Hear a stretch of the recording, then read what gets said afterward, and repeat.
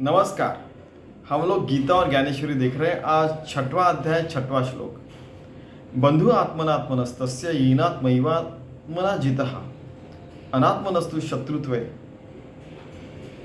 वर्तेतात्मैव शत्रुवत्। इसका मतलब यह है कि जिसने अपने खुद को जीत लिया, खुद के मन को जीत लिया, जिसका अपने खुद के ऊपर कंट्रोल है, जो अपना खुद को अपने कब्जे में रख सकता है,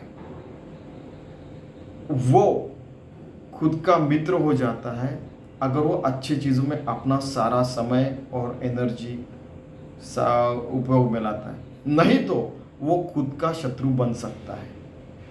ठीक है, अभी आप देखिए, ये जो श्लोक है वो मैंने इतने जगह उपयोग लाते हुए देखा है, अच्छे के लिए, बुरे के लिए या अपने फायदे के लिए, कि वो भी सोचना एक आवश्यक हो गया है। क्या हो गया कि मराठी में ने जब बताया तब इतने सारे उदाहरण दिए कि हिंदी में भी मैं सोचूंगा उतने सारे उदाहरण देने का। देखिए, एक जगह मैं कंसल्टेशन के लिए गया था। तो क्या हुआ कि मुझे ये काम दिया गया था कि उस कंपनी का कचरा कम करो और एनवायरमेंटल अच्छा करो, और जिससे कारण कि कंपनी को फ़ायदा ज़्यादा हो सके। हो गया। अभी वो सरकारी कंपनी थी, अभी वो अस्तित्व में नहीं। तो उसका इतना बड़ा कैंपस था कि 10 किलोमीटर बाय 1 किलोमीटर एक जगह, और नागपुर में भी उसका एक ऑफ शूट था, यानी एक कंपनी थी। तो क्या हो गया कि अभी मुझे जो काम दिया गया मेरे कंपनी ने, तो वो मैं कर रहा था। तो क्या होता था कि वो गोलियां तैयार करने की कंपनी थी। तो गोलियां ऐसी रहती है, नीचे से प्लास्टिक का रैपर, ऊपर से एल्यूमिनियम का रैपर, ऐसे यानी कवर जाता है। फिर वो दोनों ऐसे चिपक जाते। फिर वो 10 गोलियां एक जगह आती है, 1 2 3 4 5 6 7 8 9 10, और ऊपर से ऐसे लगा के फिर वो आगे जाता है ऐसे। तो ऐसी वो मशीन थी। क्या हो गया कि 11 बजे उन्होंने काम शुरू कर दिया, 1 बजे तक काम किया, उसके बाद में मशीन को ऐसे ही छोड़ दिया। ठीक है। तो जो प्लास्टिक का पत्ती थे वो इधर जाने लगी और एल्यूमिनियम की इधर, और गोलियां नीचे गिरने लगी। मैंने दौड़ के जाके बताया, तो उस रूम में सारे जो काम करने वाले थे, मैनेजर फिनेजर सब लोग सो रहे थे वहाँ पे। ए जा रे जा, तेरे जैसे बहुत आते हैं।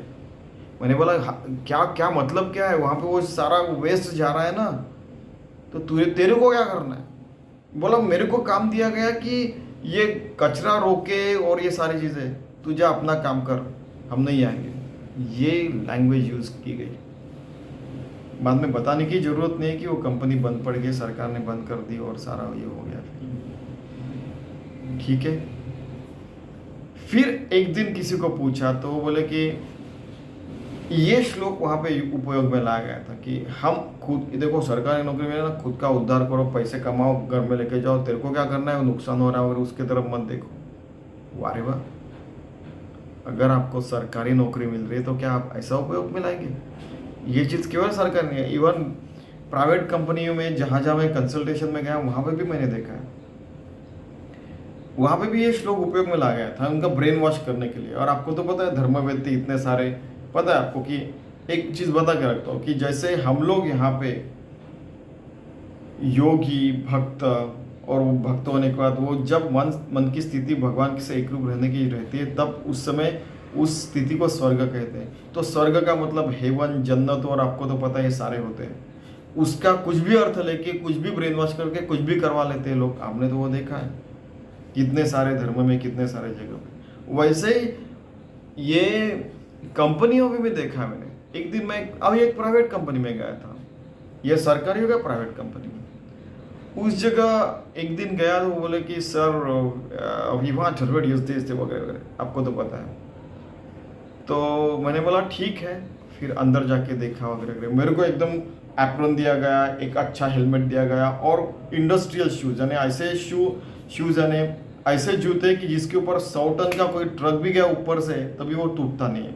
अपना पैर तो नहीं टूटता, वो भी नहीं टूटता, यानी कहने का मतलब। फिर मैं अंदर गया, सब लोगों को मिला वगैरह। जनरली मुझे वो हमारे घर के सारे जो लोग हैं उनकी आदत है कि सबसे जाके मिलने का, क्योंकि हम लोग मानवता से ही सबसे बात करते हैं भगवान की कृपा से। तो इस वर्कर से मिला, उस वर्कर से मिला, इस मैनेजर को, जनरल मैनेजर को, सीईओ को, सारे लोगों को मिला। और बाद में फिर हम लोग फिर से वो मैन्युफैक्चरिंग यूनिट में आए, और उस वहाँ पे काम करने वाले बच्चे ने कुछ नहीं बोला, मेरे साथ वो भी सारे लोग थे, मैंने ऐसे ही बात की।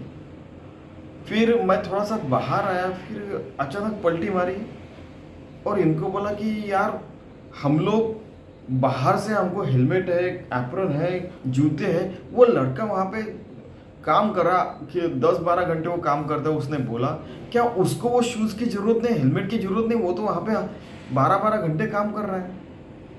तो जिस आदमी ने मुझे कंपनी को दिखाने को लाया था, उसने क्या बोला, अरे जा रे जा, तू अपना काम कर, तेरे को ये सब देखने की ज़रूरत नहीं, तेरे को क्या समझता है। ठीक है, ये सारी चीज़ें सुन ली, सब लोग देख लिया। फिर बाद में जो मालिक ने और सीईओ ने मुझे बुलाया, तो वो बोले कि हमको, वो बोल रहे थे कि हमको ये वेस्ट रिडक्शन करना है, एनवायरमेंटल देखना है वगैरह वगैरह। तो मैंने उनको सीधा बोल दिया कि मैं ये काम नहीं कर सकता, thank you very much, I am going. उन्होंने रोका, बोला कि क्या, क्यों?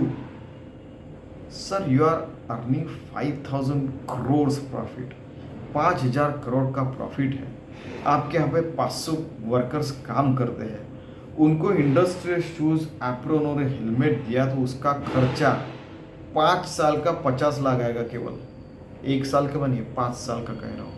आप उनको देते नहीं हैं, उनको फैसिलिटीज़ नहीं देते, फिर भी वो बेचारे काम कर रहे हैं। इतनी भी मानवता नहीं। आप 5,000 करोड़ से केवल 50 लाख कम कमाएंगे, लेकिन उनकी फैमिली आपको कितना, यानी आपको भगवान के जैसे देखेंगे। आपको नहीं लगता क्या? उन्होंने थोड़ी देर मेरी तरफ वो देख रहे थे, बात करते समय बाद में बोला, तो उन्होंने बोला कि आपको दूसरी साइड पता नहीं सर, कि इनको ये दिया तो हमारे सर के ऊपर बैठते हैं, फिर वो और ज़्यादा मांगेंगे। मैंने बोला एक बार करके तो देखो, आपको और चाहिए तो बोला 5 साल के बाद और अच्छी अच्छी चीज़ें देंगे, या 1 साल के बाद ऐसा कुछ दीजिए, या तो कुछ KPI KRA दीजिए, की परफॉर्मेंस इंडिकेटर, की एरियाज वगैरह, कि जिसके कारण वो क्या, तो उनकी सैलरी बढ़ेगी वगैरह, ऐसा कुछ तो उनको दीजिए। आपका ऐसा हो सकता है कि 5,000 की जगह आप 10,000 करोड़ प्रॉफिट भी कमा सकते हैं। ये दूसरी साइड नहीं है क्या? बोला आप वो कह रहे हैं कि वो डिमांड बढ़ाएंगे, तो आप बोला कि आप प्रॉफिट भी कमा सकते हैं ना, ज़्यादा दिल से काम करेंगे। तो क्या कहना चाहिए उन्होंने? आपका कहना सच है। उल्टा उसने बोला कि our wavelength doesn't match, Ashish ji हमारी और आपकी जमती नहीं है। मैंने दैट इज़ वाई, मैंने बोला इसलिए आपको पहली इस सेंटेंस में बोला कि मैं यहाँ पे काम नहीं कर सकता, यानी कंसल्टेशन नहीं दे सकता। बाद में बताने की ज़रूरत नहीं, वहाँ पे मैं कभी गया नहीं, और ये भी बताने की ज़रूरत नहीं कि आगे में जाके क्या हुआ होगा। समझ में आया ना आपको? कई बार हम लोग मैंने फिर वो व्यक्ति को पूछा था, जिसको जॉब मिला था, उसको पूछा था कि भाई ये 12-12 घंटे काम कैसे कर रहे थे? तो उसने कहा कि मैं बहुत गरीब हूँ, मुझे यहाँ पे काम करता तो मुझे 10,000 मिलते, तो मेरी फैमिली का 8,000 में किरा, अनाज वगैरह सब कुछ हो जाता। 5 लोगों की फैमिली है, और वो केवल 18 साल का बच्चा था। देखिए आपको समझ में आ रहा मैं क्या कर रहा हूँ? तो उसको भी यही श्लोक कहा गया था कि तू खुद का उद्धार कर, फैमिली का उद्धार कर, ये फालतू चीज़ों की तरफ, ये शान पट्टी बताते उनके तरफ ध्यान मत दे। क्या मैं शान पट्टी बता रहा हूँ? कुछ गलत बोला मैंने? नहीं।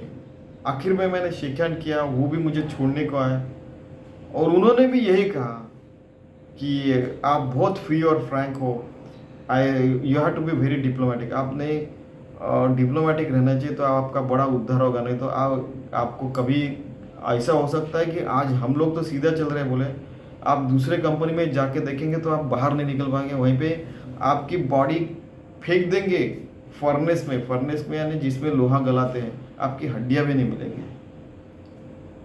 ये घटी हुई घटना है, समझ में आ रहा होगा। 200 बार मुझे ऐसे धमकियां मिल चुके, विविध तरह से, विविध ऑर्गेनाइजेशन से, विविध तरह के लोगों से, केवल सच बोलता हूँ और अच्छा काम एक्सपेक्ट करता हूँ उससे। ठीक है, तो क्या है कि नहीं तो भी अपना देह तो कभी ना कभी जाने वाला है, तो हम अच्छा काम करके, अच्छे संस्कारों का अच्छा उपयोग करके क्यों ना करें। देखिए, हमको अच्छे संस्कार घर में मिल रहे हैं, आजू बाजू के लोग अच्छे, अच्छी संस्था में हम पढ़ रहे हैं, और अच्छा करेंगे तो अच्छा होगा सबका, है कि नहीं। कुछ भी चीज करने से पहले हमारे स्वामी माधवनाथ कहते थे कि सारे तरीके से आप सोचिए हर चीज को। हम कहीं एडमिशन लेते तो उस संस्था के बारे में सोचते हैं, पूरी जानकारी लेते, बाद में काम करते हैं। एक आधे संस्था में काम करने के बाद 1-2 महीना देखते कि अरे बाबा ये तो ठीक नहीं है संस्था, यहाँ पे किसकी चप्पल किसके पैर में समझ में नहीं आ रहा है, गड़बड़ है यहाँ पे। बाद में एक आदमी को पूछा कि ये क्या है, तो बोले कोतवाल ही चोर है, क्योंकि उनकी 100 कंपनियां है, एक कंपनी में सारा प्रॉफिट दिखाएंगे तो उनको ज़्यादा टैक्स लगेगा। तो 100 कंपनी में अगर 100 करोड़ कमा रहे हैं, तो 100 कंपनी में 1-1 करोड़ बताए तो उनको कम उनको ये इनकम टैक्स बताना पड़ेगा। फिर वो 1 करोड़ में से कुछ ये बताते, कुछ वो बताते, कुछ वो बताते, कुछ बताते, ऐसा करके हर कंपनी का वो कम ज़्यादा नहीं टैक्स देते, वो 1-2 लाख 3 लाख जो भी है, 3-3.5 लाख रुपये टैक्स देते हैं। 100 कंपनी का अगर 3.5 लाख ले लिया तो केवल 3 करोड़ का वो टैक्स भरते हैं। असली में सारा उत्पन्न इनका यहाँ से अगर पूरा उत्पन्न 5,000 करोड़ का बता दिया तो उनको इतना इतना टैक्स लगेगा, 300 करोड़ का टैक्स लगेगा। कोतवाल ये चोर है। बोला थैंक यू वेरी मच बाबा। फिर आपको पता होगा कि उस कंपनी में मैं टिक नहीं पाया, मैंने कंसल्टेशन भी नहीं दिया उसके बाद। ठीक है, इसलिए अभी फिर आप बोलेंगे कि काम करना तो कैसे करना कि हर जगह चोर लोग बैठे, फिर भी ऐसा ये शब्द बच्चों ने बोला मेरे को, सर हर तरफ चोर ही बैठे हैं। कल परसों तो एक बच्चे ने बोला कि हमको बचपन से सच बोलो, सीधे मार्ग पर चलो, ऐसे कहा जाता है, लेकिन बाहर में यहाँ पे आता तो हर कोई झूठ बोल रहा है, हर कोई झूठे काम कर रहा है, हम करें क्या सर। देखो, जिस व्यक्ति ने 18 साल तक घर में रह के 12वीं तक फॉर एग्जाम्पल सब अच्छे काम किए, सच बोलने के लिए उसको घर में संस्कार किया गया, अचानक 18वें साल में उसको ये शौक बढ़ रहा है, उसको समझ में नहीं आ रहा है क्या करे। इसलिए वो मुझे आके पूछ रहा है कि सर आप केवल आप ही हो जिसको मैं पूछ सकता हूँ या बोल सकता हूँ। देखिए ऐसा हो रहा है पूरी दुनिया में, तो अच्छे लोगों की भी कद्र होनी चाहिए। नहीं तो क्या होगा, जो जीसस क्राइस्ट के समय में हुआ, जो श्री कृष्ण के समय में हुआ, वो हो सकता है कभी भी हो सकता है। पिताजी तो बार बार कहते, माताजी भी कहते कि युद्धजन्य परिस्थिति पूरी दुनिया में, समझ में नहीं आता था तब, अभी समझ में आ रहा है कि सच में एक चिंगारी और कुछ भी हो सकता है। तो क्यों ना हम अच्छा काम करके जाए, ऐसे माताजी भी बोलती थी, अभी वो नहीं रही बेचारे। ठीक है, तो हर कोई यहाँ पे आया है और जाने वाला, तो अच्छा काम करके क्यों नहीं जाए। क्यों हम लोग ये श्लोक को बुरी तरीके से उपयोग में लाए। ठीक है, कि हम लोग अच्छे मार्ग में इसका उपयोग करें। और ज्ञानेश्वर महाराज और श्री कृष्ण जी इस कि कौन से अवस्था में बात कर रहे हो कि खुद का मित्र हो, यानी खुद भक्त हो जा, खुद योगी हो जा, वहां पे खुद से शत्रुत्व मानना है। एक विकल्प भी मन में नहीं आना चाहिए कि भगवान से हम एक रूप है। ये बात कर रहे इस श्लोक में, और इसका उपयोग कहाँ कैसे विचित्र तरीके से किया जा रहा है, देखिए आप। अरे किसी ने बोला कि आप हरिश्चंद्र और युधिष्ठिर के जैसे सच बातें मत करो, आप श्री कृष्ण जैसे रहो। बोला श्री कृष्ण ने कब झूठ बोला, बता मेरे को। तो बोले कि वो श्री कृष्ण ने इसकी हत्या की, उसकी हत्या की, लेकिन बोला वो भी हत्या करने का, फिर मैंने बताया आपको। अच्छा, शिशुपाल की, उसको 99 बार उसने वार्निंग दी थी, फिर 100वें बार में उन्होंने उसको यानी यम सदन के में भेज दिया। बाद में उन्होंने जरासंध का उदाहरण बोला, उन्होंने 17 बार उन्होंने मथुरा पे अटैक किया, इसलिए वो द्वारका चले गए, लेकिन 16 बार 17 बार उन्होंने झेला। और उसको फिर उनको पता चला कि बच्चे और इनका कत्ल नहीं रोक सकते, उन्होंने पूरी मथुरा उठाई और द्वारका लेके गए सारे लोगों को। फिर दूसरा उदाहरण, फिर दूसरा उदाहरण। मैंने बोला कहाँ पे झूठ बोला है बताओ। ना गीता में है, ना महाभारत में है, ना पुराण में लिखा है, ना भागवत पुराण में लिखा है कि श्री कृष्ण ने झूठ बोला है। आप कुछ भी उठते कभी भी बोलते हैं अपने फायदे के लिए, तो ये होगा नहीं, श्री कृष्ण की बदनामी नहीं होगी। वो तो परमात्मा है, उसको उसको खुद की गवाही देने के लिए आने का ही नहीं है। उसको मारने के लिए कौन सा मामा तो उनके जन्म होने से पहले बैठे थे, वो क्यों खुद की गवाही देंगे? उनको कुछ प्रूव नहीं करना है, आपको खुद को प्रूव करना है, सच्चे है झूठे, हुआ बात आपकी है, खत्म। उसके बाद में वो व्यक्ति मुझे कभी मिला भी नहीं, अभी दिखा भी नहीं, कहीं दूसरे शहर में भी चला गया शायद, पता भी नहीं।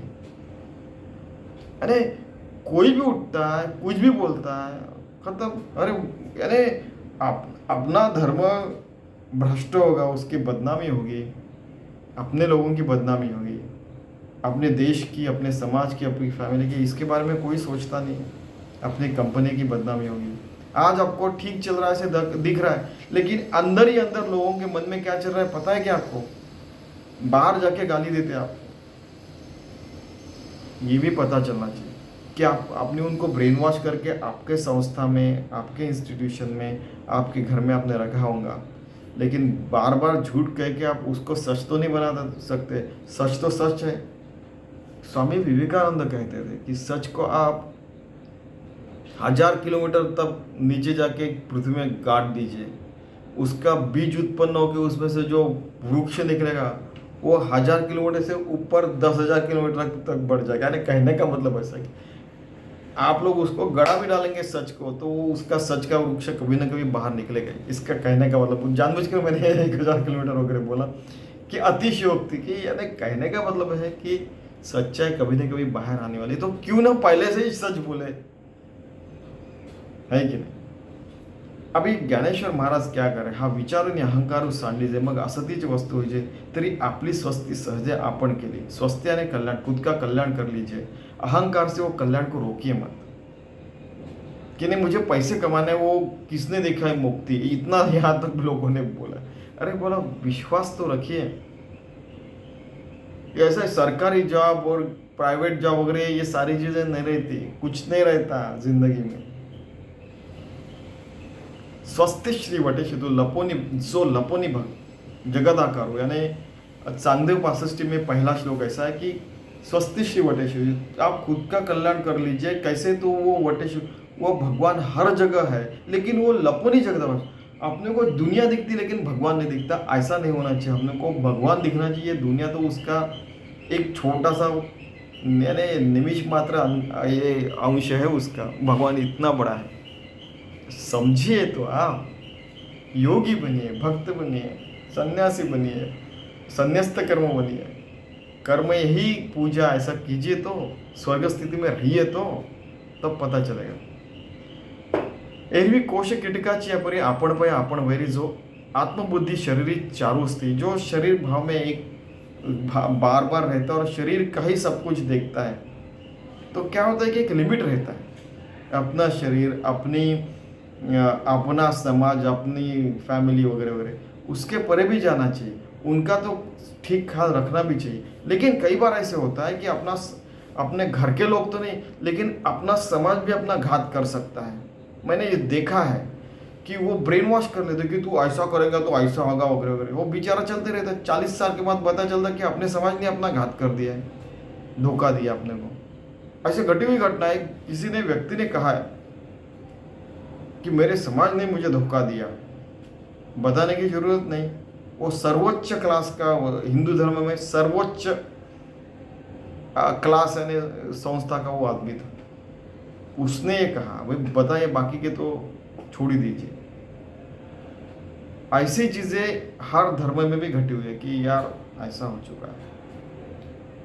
ठीक है, तो क्या है कि हम अपने देह को सब कुछ समझ के उसके अहंता में रहते हैं, मैं ऐसा हूँ, मैं वैसा हूँ। नहीं रे बाबा, आप केवल भगवान के भक्त हो, उसके दास हो। देह बुद्धिया तो दासम, जीव बुद्धिया तो दशा, आत्मबुद्धिया तो मैं वहाँ। ऐसा स्वामी जी कहते कि वो मन में रखने का, आत्मबुद्धिया तो मैं वहाँ, ये भी है।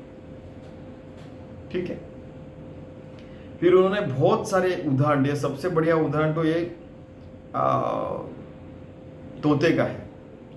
जैसे ते शुकाचे अंग भरे, नळिका भुविनली तरी एरवी मोहरे, तरी तेणे उड़ावे परी न पूरी मनशंका।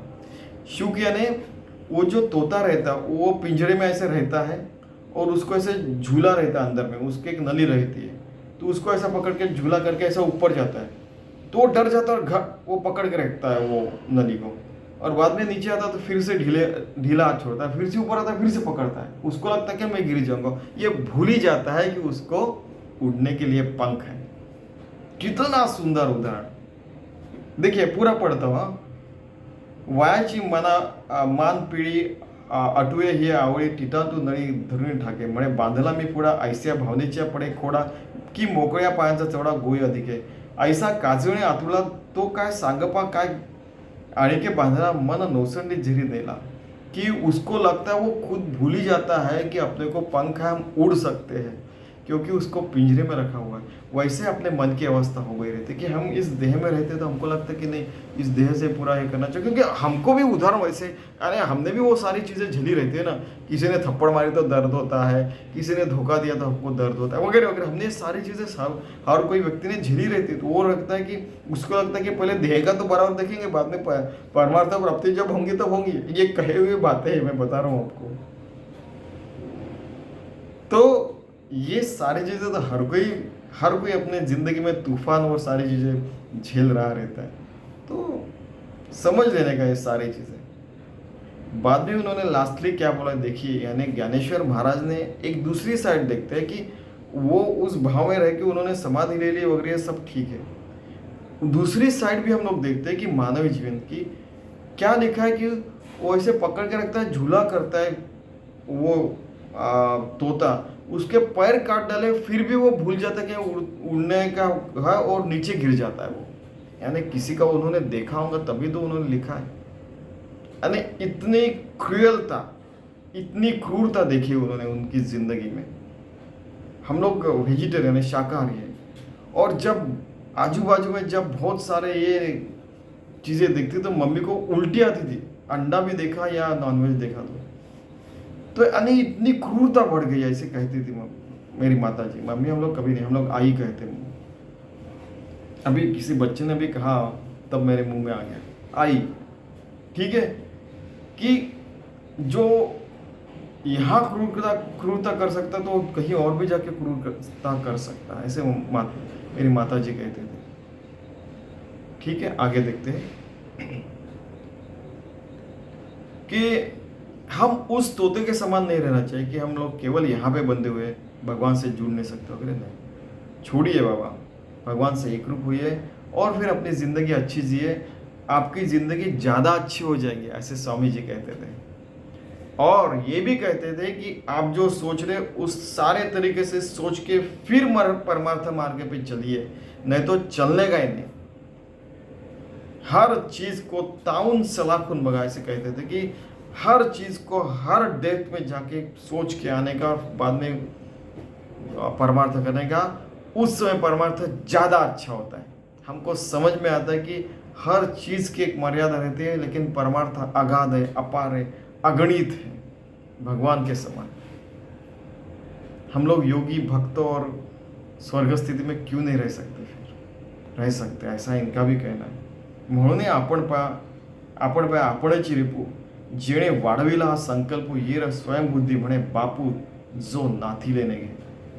कि इसका अर्थ बताया गया है कि इसीलिए देहाभिमान का संकल्प आप छोड़ दीजिए, श्री कृष्ण कह रहे हैं, और आत्मज्ञानी आप बन जाइए और उस आत्मज्ञान में रहने का प्रयास कीजिए।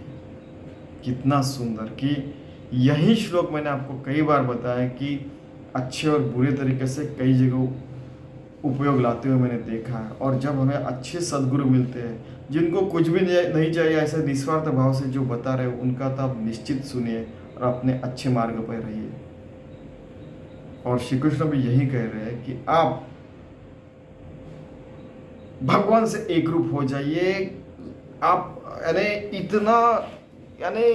इतना जी जान से कह रहे हैं कि भाई आप परमार्थ मार्ग पर रहिए। योगी, साधु, सन्यासी, जो भाव है, साधु सन्यासी ये भाव है, मन की स्थिति है। आप क्या शरीर में पहन रहे, भगवे वस्त्र पहन रहे, क्या पहन रहे, वो सारे मार्ग है। लेकिन अभी आप जिस स्थिति में, उसी स्थिति में आप साधु बन सकते हैं, अपना संसार कर सकते हैं बराबर। वशिष्ठ ऋषि ने किया था, सारे लोगों ने, प्रभु रामचंद्र ने किया था। ठीक है, तो उस तरीके से हम लोग स्वयं बुद्धि म्हणे बापू, यानी जो खुद की बुद्धि, अपनी बुद्धि जब भगवान से हो जाती है तो वो श्री कृष्ण की बुद्धि हो जाती है, और हम लोग परमात्मा से योगी बन के परमात्म रूप से हो, ये वो बुद्धि परतस्तु सह, बुद्धि के भी परे है भगवान, इतना भी याद रखना। स्वामी जी भी कहते कि सारी चीज़ें समझ लेना, हाँ ठीक है, लेकिन बाद में समझना कि इससे भी परे भगवान है। ठीक है, कितनी सुंदर चीज़ है। तो इस बंधुरात्मनात्मनस्य हीनात्मैवात्मना जितः अनात्मनस्तु शत्रुते वर्ते तात्मैव शत्रु, कि हम खुद का उद्धार खुद करें, और जैसे उद्धरित आत्मा, और खुद का ही नुकसान ना करें, और हम लोग खुद को हरदम उच्च अवस्था में लेके जाए, और अच्छी चीज़ों में हम लोग हमारा मन रखें, सारे अच्छे काम करो, परमात्मा में भी जुड़े रहो, और यहाँ पे हर जगह जो छुपा हुआ परमात्मा उसको देख के उससे एक रूप होके अपना कर्म ही पूजा से जीवन जीते रहिए। और जिसने अच्छा परमार्थ किया है उसका कभी नुकसान हुआ ऐसे कभी देखा नहीं है, ऐसे स्वामी जी कहते हैं। धन्यवाद।